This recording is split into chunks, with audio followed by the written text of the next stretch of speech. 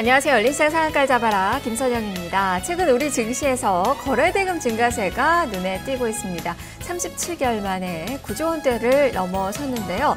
이 거래대금 증가를 주목하는 그 이유는 이 지수가 본격적으로 상승하기에 앞서서 움직이는 선행지표 역할을 거래대금이 하고 있기 때문입니다. 지난 2013년과 비교하면 거의 3조 원가량 늘어난 거고요. 지금 매일 거래대금 평균이 좀 증가되는 그 모습이 나오고 있다는 점이 좀 특징인데요. 특히 거래대금 증가는 이 코스닥 시장의 상승과도 연관이 좀 있는 것 같습니다. 코스닥 시장이 좀 상승하면서 연중 최고점을 계속 경신을 하고 있는데요. 자, 이로 인해서 개인 투자자들의 자금이 많이 들어오고 있는 점도 지금 거래대금 증가에 큰 역할을 하고 있습니다. 최근 이 코스닥 쪽으로 개인 투자자들의 자금이 이 기관이나 이 외국인에 비해서 한 2~3배가량 많이 들어오고 있는데 1% 금리 시대를 맞아서 갈 곳 없는 그 자금의 고수익을 노린 그런 증권시장으로 많이 들어오고 있는 것 같습니다. 다만 간밤에 나스닥이 지금 거품론이 우려가 되면서 지금 4,800선대 이렇게 좀 많이 무너졌는데요. 우리 코스닥 시장 어떤 움직임 펼칠지 함께 보도록 하겠습니다. 자, 열린시장 상한가를 잡아라. 지금부터 출발합니다. 먼저 개장 전 주요 뉴스부터 살펴보죠. 문정은 기자입니다. 네, 오늘 아침 주요 뉴스입니다. 먼저 첫 번째 소식입니다. 다목적 위성 아리랑3 AO가 오전에 러시아에서 발사가 됐습니다. 아리랑3 AO는 우리나라 다목적 실용 위성으로는 아리랑 1, 2, 3, 5호에 이은 5번째입니다.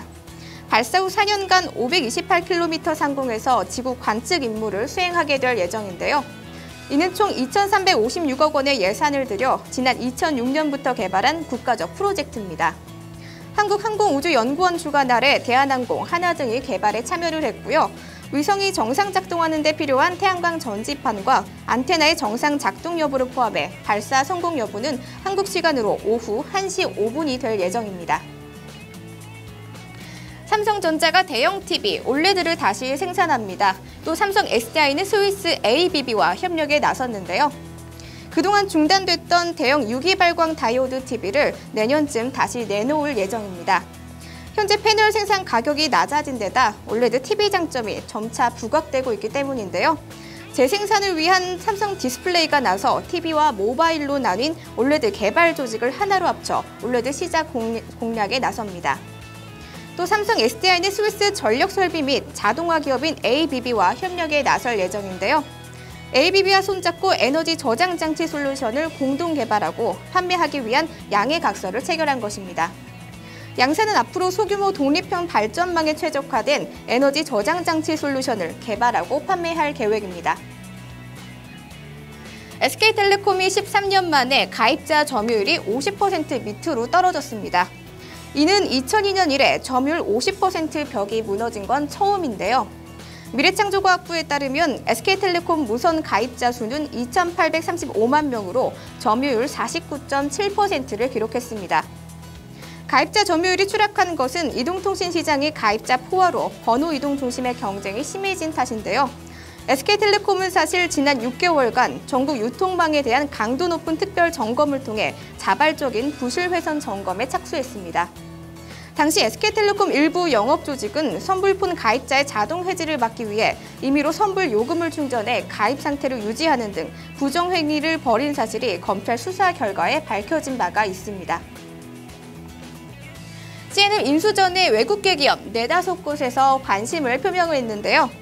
국내 유료 방송 시장에 큰 영향을 미칠 이 CNN 매각이 본격적으로 시작이 된 것입니다.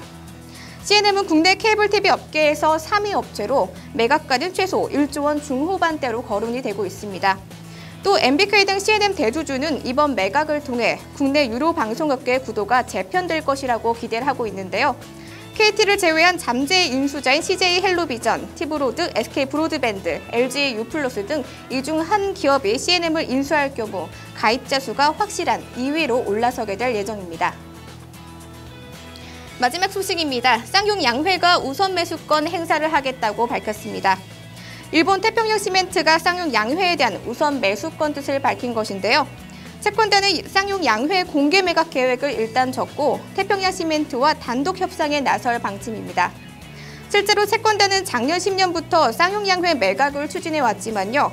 투자 대비 회수 성과가 좋지 않아 태평양 시멘트는 매각을 뒤로 미루고 있었습니다. 이번 태평양시멘트와 가격 협상이 결렬되면 공개 경쟁 입찰로 매각 방식을 전환할 방침인데요. 한편 쌍용 양회 경영권 매각을 기다리고 있는 인수 후보들은 현재 업계 2위인 동양시멘트 인수전으로 관심을 돌릴 것으로 예상되고 있습니다. 지금까지 오늘 아침 주요 뉴스였습니다.